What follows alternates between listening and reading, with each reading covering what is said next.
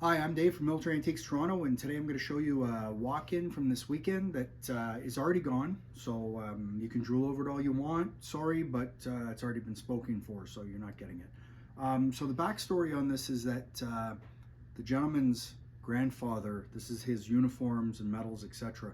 The problem is that it was broken up over time, and the gentleman that I purchased it from is moving out of country to live somewhere cheaper, i.e. the Philippines. So good for him. I hope it works out. I hear it's a lot cheaper to live there.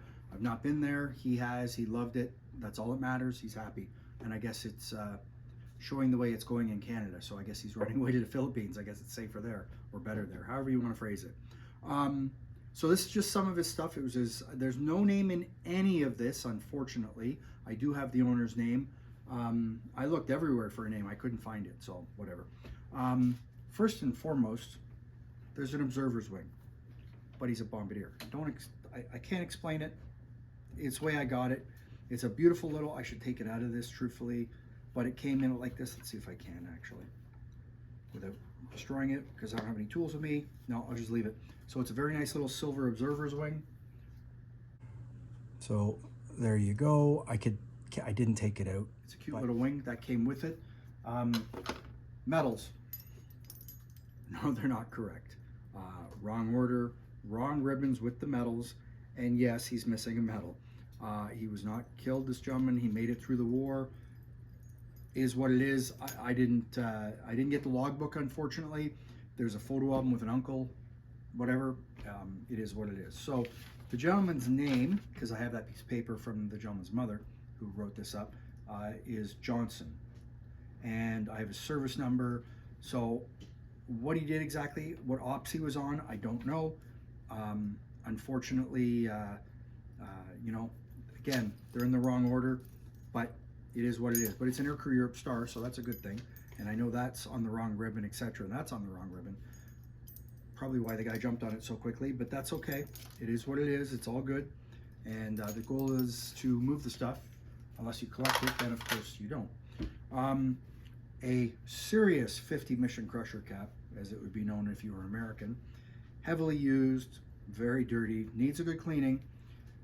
Ridden hard, put away wet. There you go. Look, like there's that stuff. Actually, I didn't check inside here to see if it's named. You do that carefully when you do it, because sometimes the leather's old. This one's not, thankfully. Well, it's old, but it's not fragile. Let's see if there's a name inside. A lot of times the guys wrote their name in so they didn't lose their stuff. No, there's no name in it. But that's a serious hat that's been worn. So there's that. That's part of the lot. Bombardier's tunic. Sorry, service dress. Problem is, there's no name. I looked inside. There's no name in there at all. There never was. So I had this tunic once, and I picked it up in Brantford from a guy's house. And the backstory is I had a book on 418 Squadron, Terror in the Starboard Seat.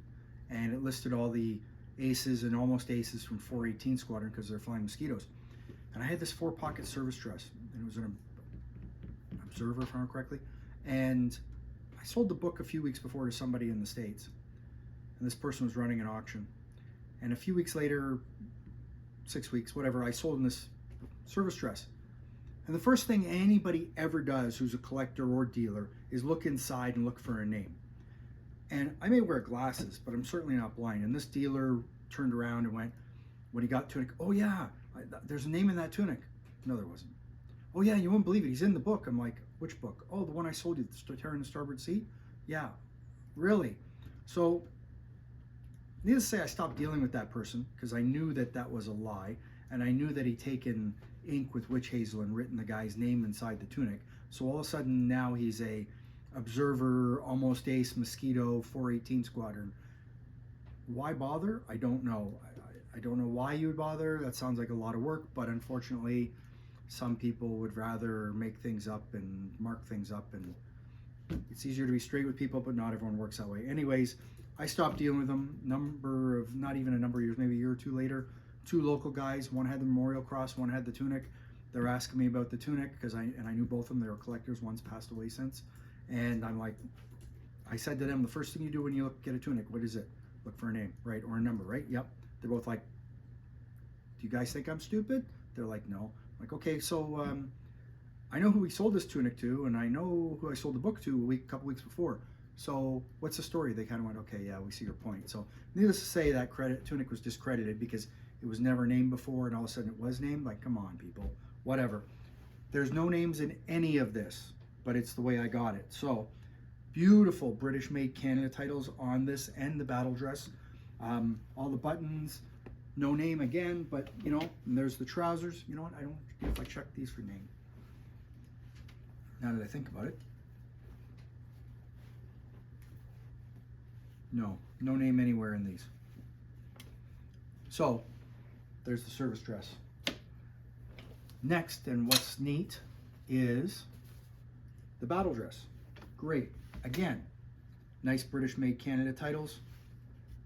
Bombardier wing. Oh, and actually, you can also see in the shadow here on the forepocket and on the battle dress, as I got distracted, you could see he had an ops clasp. So, which means a tour of operations. If it's 30, if I remember correctly, for fighters, or no, that was bombers, whichever. And I don't remember how many it was for transport command. The tunic has a tag inside, and actually I know this is twice tagged. So it says war service dress blouse, size 9. This one says size 10, that one says size 9. I have nothing to do with that, it's the way I got it.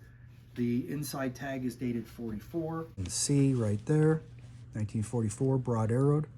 And the other tag on the pocket, which I guess they did, well, obviously they did, you can see the use and abuse on it, is a size 10, and it's dated, looks like April 44 also. One battle dress, great.